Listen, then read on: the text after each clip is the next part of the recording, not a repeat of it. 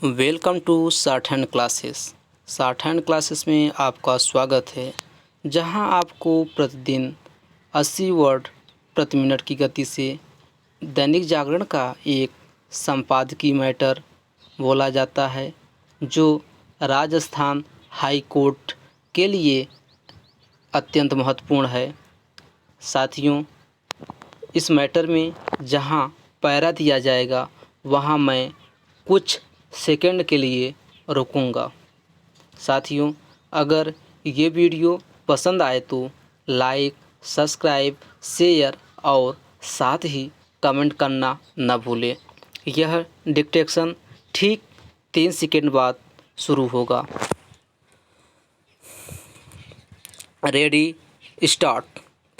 बढ़े हुए लॉकडाउन के बीच खेती, किसानी और स्वरोजगार के कामों के साथ कारोबारी गतिविधियों को सशर्त अनुमति देने वाले जिन दिशा निर्देशों की प्रतीक्षा हो रही थी, वे सामने आ गए। चूँकि ये दिशा निर्देश 20 अप्रैल से देश के उन इलाकों में प्रभावी होने हैं जहां कोरोना वायरस का संक्रमण नहीं होगा।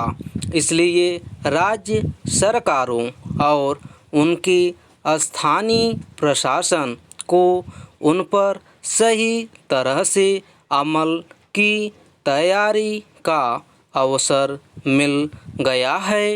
इन तैयारियों को अंतिम रूप देते समय यह सुनिश्चित करना आवश्यक है कि जिन कार्यों के लिए अनुमति मिली है, वे पूरी तौर पर दिशा निर्देशों के अनुरूप हों। बेहतर होगा कि अगले 2-3 दिनों में संबंधित स्थानों और व्यक्तियों को इससे अच्छी तरह अवगत कराया जाए कि क्या करना है और क्या नहीं।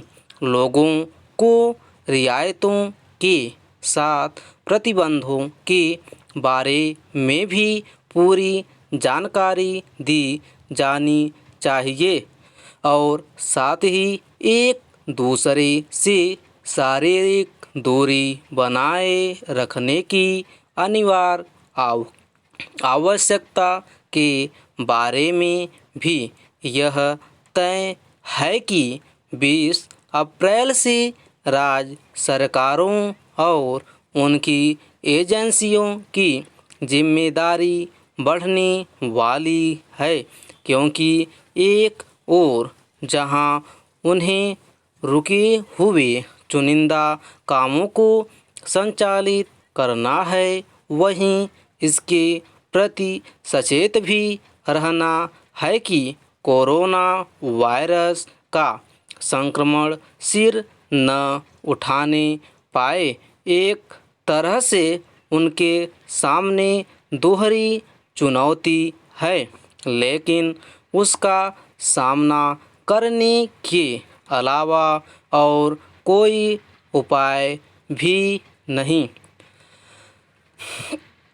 दिशा निर्देशों के पालन में आम जनता की जागरूकता और उसके सहयोग की एक बड़ी भूमिका होगी, क्योंकि कोरोना के खिलाफ जंग तभी सही ढंग से लड़ी जा सकती है जब लोग इसे लेकर सजग रहें कि उन्हें क्या बिल्कुल भी नहीं करना है। चूँकि सीमित कारोबारी गतिविधियां एक सीमा तक ही अर्थव्यवस्था के थमे चक्के को गति दे पाएंगी। इसलिए केंद्र सरकार को ज़रूरत के मुताबिक अपने दिशा निर्देशों में हेर फेर करने के लिए तैयार रहना चाहिए। निस्संदेह जीवन बचाना पहली प्राथमिकता है, लेकिन यह भी ध्यान रहे कि इस प्राथमिक दायित्व का सही तरह से निर्वहन तभी हो पाएगा जब आजीविका के साधनों को गति मिलेगी। चूँकि फिलहाल यही दिख रहा है कि जब तक कोरोना वायरस से उपजी महामारी कोविड-19 का टीका या फिर उसके निदान की कोई प्रभावी औषधि तैयार नहीं हो जाती, तब तक दुनिया के 7 देश को कोरोना के साए में ही जीवन बिताना पड़ सकता है। इसलिए प्रोत्साहन के ऐसे कदम उठाने की भी ज़रूरत पड़ेगी जिससे आजीविका के साधनों को भी बल मिले और इस खतरनाक वायरस का संक्रमण भी न फैलने पाए।